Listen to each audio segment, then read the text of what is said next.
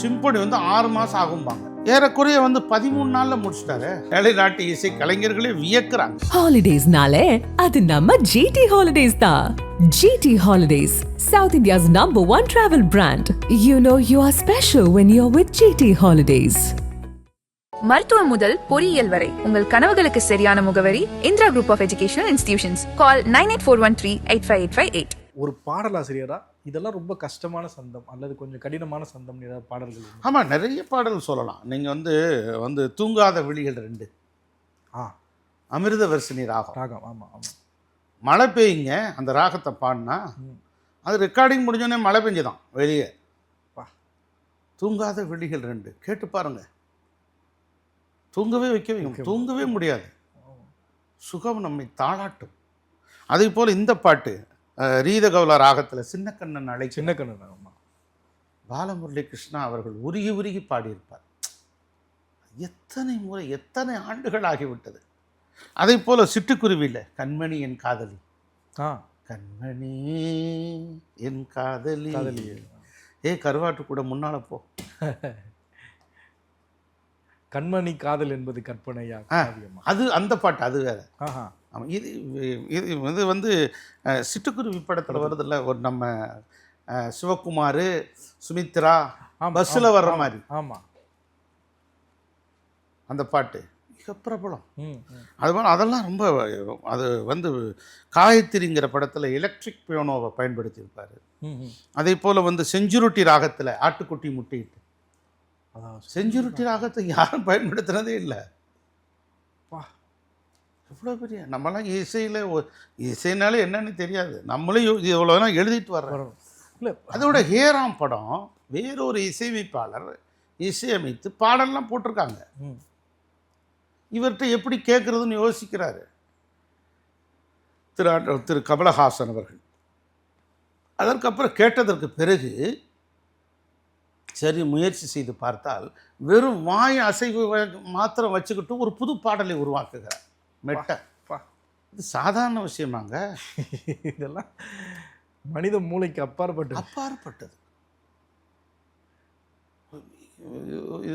ஒரு வந்து இன்பான் பிறவி கலைஞர், அவ்வளோதான் படைக்கப்பட்டிருக்கிறார்.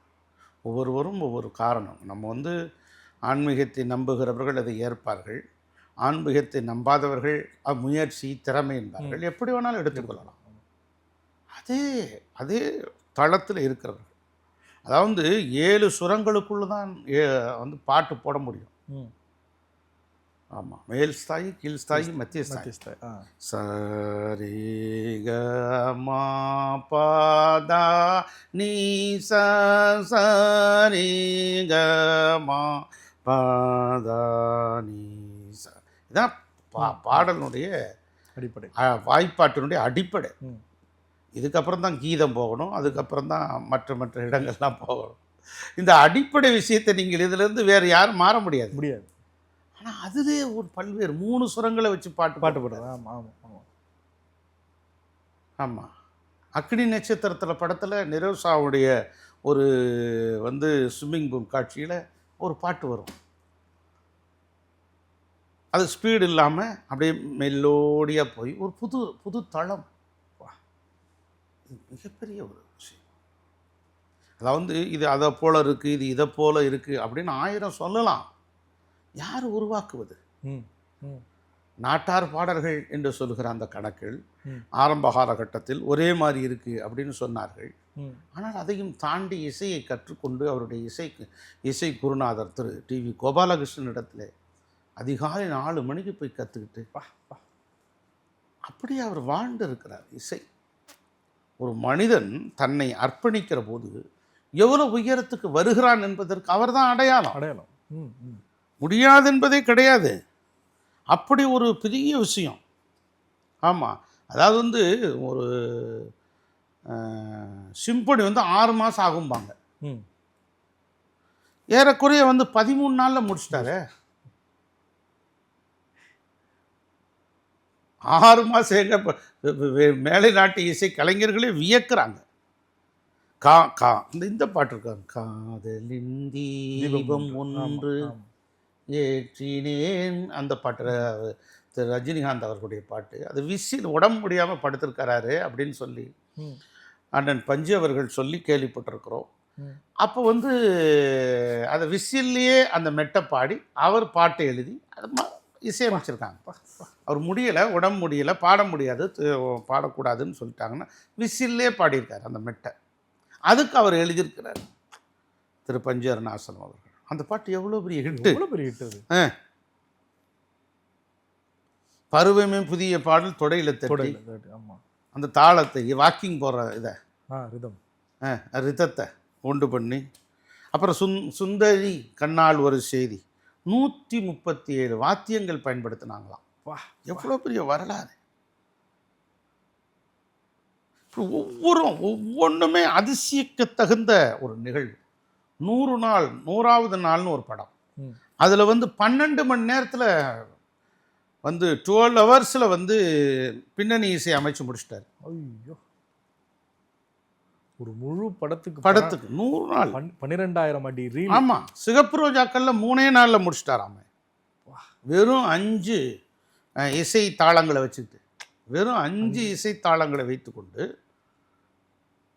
முடிச்சிட்டார். ஒரு ஒரு ஒரு ஒரு பாடல் வருகிறது, இந்த இடத்துல இந்த பாட்டு அப்படின்னு சொல்லுகிற போது அது நம்மை ஒரு ஈர்க்க வேண்டும் அல்லவா. அப்போ முதல் மரியாதை படத்தில் அந்த காதலன் காதலியும் ஒரு கடற்கரை நோக்கி போகிறார்கள். அப்படியே அவர்கள் அப்படியே இனம் புரியாத அப்படி வர்றது பாரதி ராஜா எடுக்கிறாரு. அப்போ அந்த நிலாவத்தான கையில் பிடிச்சின்னு அந்த போடுகிற போது அந்த தேட்டரே கைதட்டுது.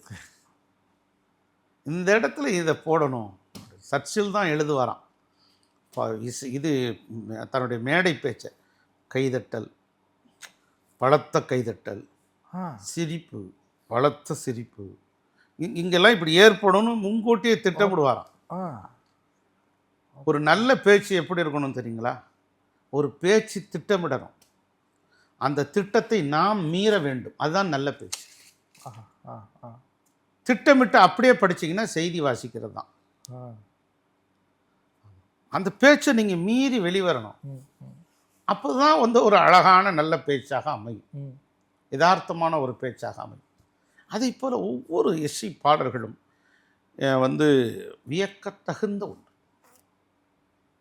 இப்போ வந்து புலவர் புலமைப்பித்தன் அவர் எத்தனையோ பாடல் எடுத்திருக்கார். அவருக்கு புஞ்சை உண்டு, நஞ்சை உண்டு, பொங்கி வரும் கங்கை உண்டு, பஞ்சம் மட்டும் இன்னும் இங்கு மாறவில்லை, எங்கள் பாரதத்தில் சோத்து சண்டை தீரவில்லை, இது நாடா வெறும் காடா, எவ்வளோ உன்னால் முடியும் தம்பி தம்பி, எவ்வளோ பெரிய விஷயம். மாஞ்சோலை கெடிதானோ மாந்தானோ வேப்பன் தோப்பு குழியிலும் நீதானோ இவள் ஆவாரம் பூதானோ நடை தேர்தானோ, அது கவிஞர் முத்துலிங்கம்.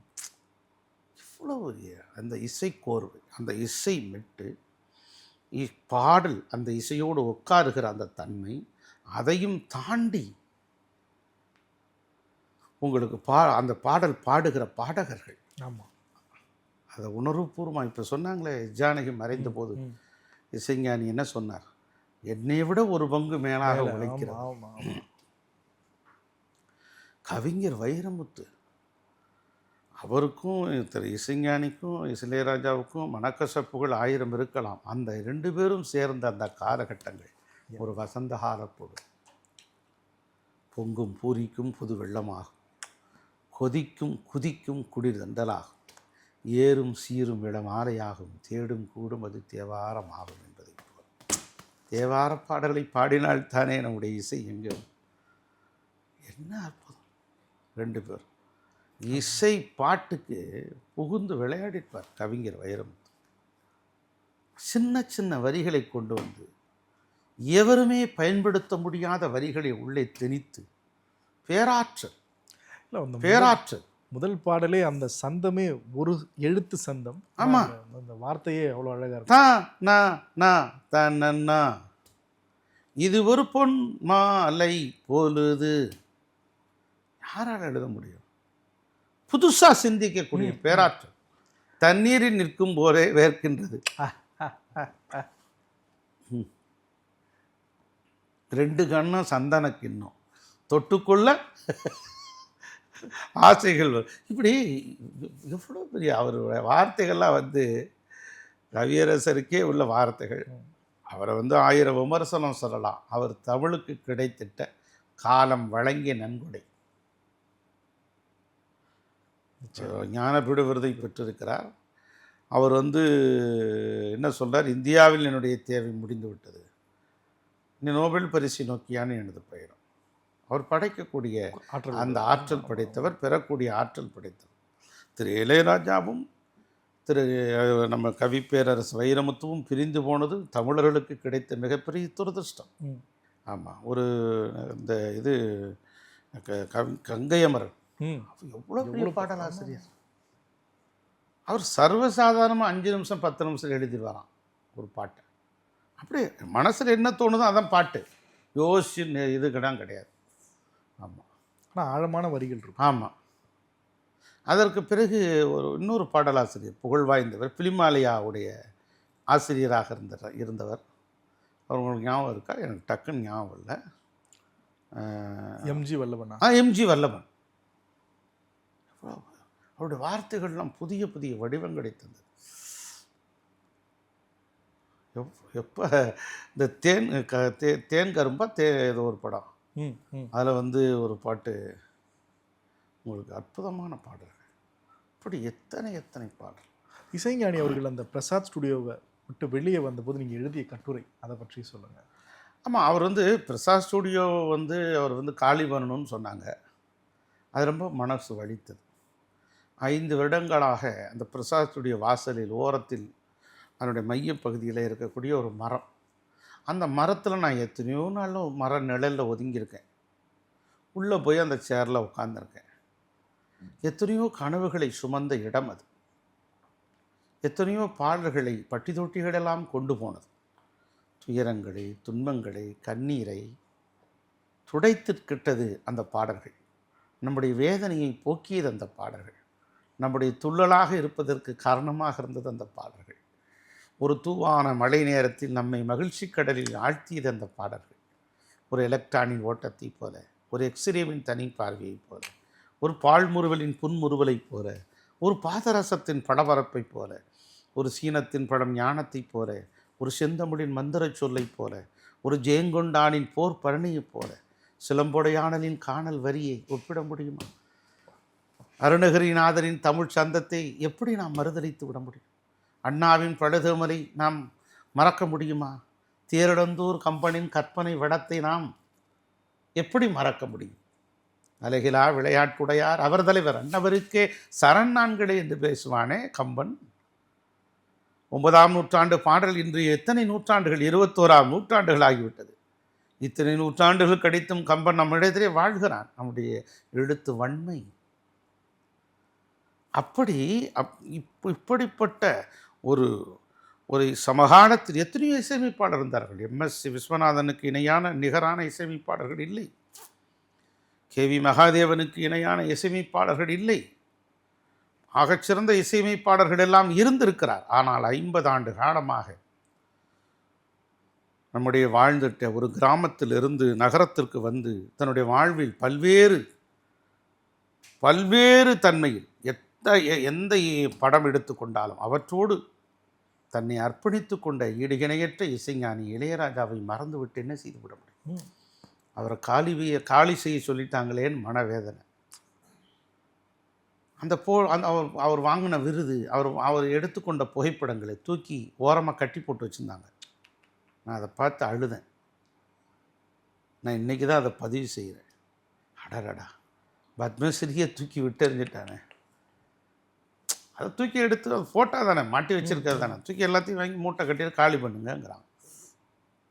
50 ஆண்டு ரத்தமும் சதையுமாக இருந்த ஒரு இடத்திலிருந்து அப்புறப்படுத்த வேண்டும் என்று நினைக்கிறது எவ்வளவு தவறு. பிரசாத் ஸ்டுடியோவை புகழ் வாய்ந்த இடத்துக்கு கொண்டு போனவர் அல்லவா?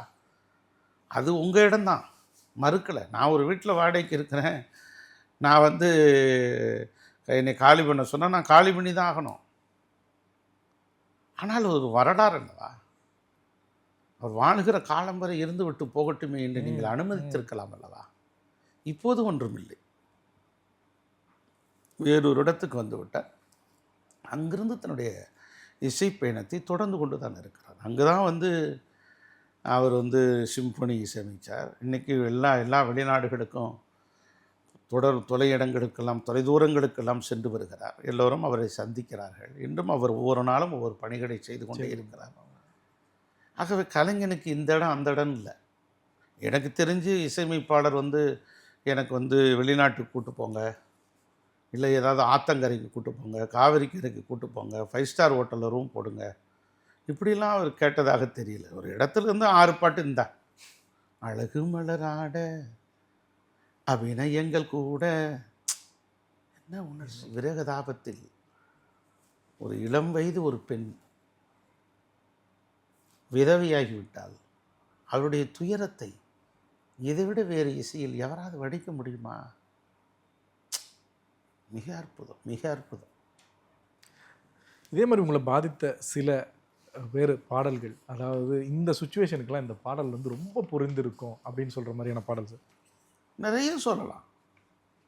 செந்தாழம்பூவில் முள்ளும் மலரும், ராம ஆண்டாலும் ராவண ஆண்டாலும் எனக்கு ஒரு கவலை இல்லை எழுதின பாடல். என்ன அற்புதம். இதெல்லாம் பார்த்துட்டு தான் நான் அந்த ஒரு கட்டுரை எழுதினேன். இந்த பிரசாத் ஸ்டுடியோவிலேருந்து வெளியே வருகிற போது இந்து தமிழில் போட்டாங்கன்னு நினைக்கிறேன். அதில் அந்த தொகுப்பில் நான் வெளியிட்டிருக்கேன். ஒரு நூற்றாண்டின் தவம் அப்படிங்கிற ஒரு நூலில், அது நம்முடைய இந்தியாவினுடைய குடியரசு துணைத் தலைவர் திரு சிபி ராதாகிருஷ்ணன் தான் வெளியிட்டார். அதில் 580 கட்டுரைகள் இருக்கிறது. 5 ஆண்டுகள் உழைப்பு. நான் பேசாத பொருள் இல்லை. காவிரி சிவா, நீட் தேர்வா, மற்றும் இருக்கிற நடுவர் மன்றமா, மாணவர்களுக்கு ஒரு பிரச்சனையா, விவசாயிகள் போராட்டமா என்று பல்வேறு தளத்தில் இளையராஜாவோடு ஒரு இசை பயணம் என்பதையும் எழுதியிருக்கிறேன். நான் வந்து அந்த அரசியல் கூட்டங்களில் பொது மேடைகளில் பேசுகிற சொற்பொழிவாளர்.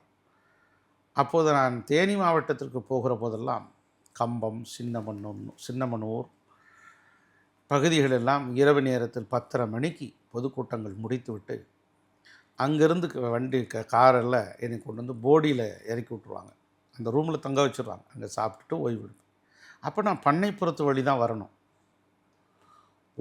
எத்தனை நாட்கள் பண்ணைப்புறத்து வழியாக அந்த வருகிற 11 மணி 11:30 மணிக்கு இனம் புரியாத ஒரு ஆசை உள்ள. அவருக்கு எனக்கு என்ன இருக்குது? ஒன்றுமே இல்லை. எனக்கு ரொம்ப நெருக்கமும் கிடையாது. பாடல்களின் வழியாக இப்படி ஒரு இசைக்கலைஞன் இந்த ஊரில் வாழ்ந்திருக்கு. அந்த ஊரை கடந்து போகும்போது என் பழைய காதலியை பார்த்ததை போல, வேறொருவனை மணந்து கொள் வேதனை ஒன்றும் இல்லை எனக்கு, புதிய இடத்தில் நடுவதற்கு புடுங்கி போன செடியில் இருக்கும் பழைய மண்ணை போல என் நினைவுகளை என்ன செய்வாய்? உன்னுடைய நினைவுகளை நான் என்ன செய்வேன்? திருவிழாவின் போதுதான் உன்னை இவ்வளவு கிட்டக்க பார்க்க முடிகிறது. கண்மங்கி என் அப்பத்தா 1 ரூபாயா 2 ரூபாயா என உத்து பார்ப்பதை போல, அப்படி காதலை பார்ப்பதை போல அல்லவா அந்த ஊரை நான் பார்த்தேன். என்ன அற்புதமான நிகழ்வு அல்லவா. நினைத்து பார்க்கிற போது ஒரு இனம் புரியாத ஒன்று. சாதி கடந்து மதம் கடந்து ஒரு தமிழராய் இருக்கிற ஒரு மகத்தான ஈடு இணையற்ற ஒரு இசை மேதையை நாம் கொண்டாட வேண்டும். ஒரு ஆப்பிரிக்காவில் பராக் ஒபாமா தன்னுடைய வாழ்க்கை வரலாற்று பக்கங்களில் இந்த வில் டாக்குமெண்ட்ஸ் என்று அழைக்கப்படுகிற தன் வாக்குமூலம் என்கிற பயோகிராபியில் எழுதியிருக்கிறார். ஒரு வெள்ளைக்காரர்கள் எப்படி நிறவெறியோடு நடந்து கொள்கிறார்கள் என்பதை பற்றி. ஒரு கருப்பு இனத்து சிறுவன் வெளியே விளையாடி கொண்டிருக்கிறான். ஒரு மழைக்கால நேரம், வெள்ளை மழை பொழிகிறது. கருப்பு இனத்து சிறுவனின் மேலெல்லாம் வெள்ளை மழை. வீட்டுக்குள்ளே ஓடி வந்த அம்மாவிடத்தில் சொன்னால், நான் வெள்ளையனாகி விட்டேன். இந்த நிறைவெறி எவ்வளவு அவனுக்கு தாக்குதலை உண்டாக்கி இருக்கிறது. இதுதான் நான் கடினமாக உழைக்க வேண்டும் என்று என் வாழ்க்கையை நிர்பந்தித்தது என்று சொன்னான் பராக் ஒபாமா.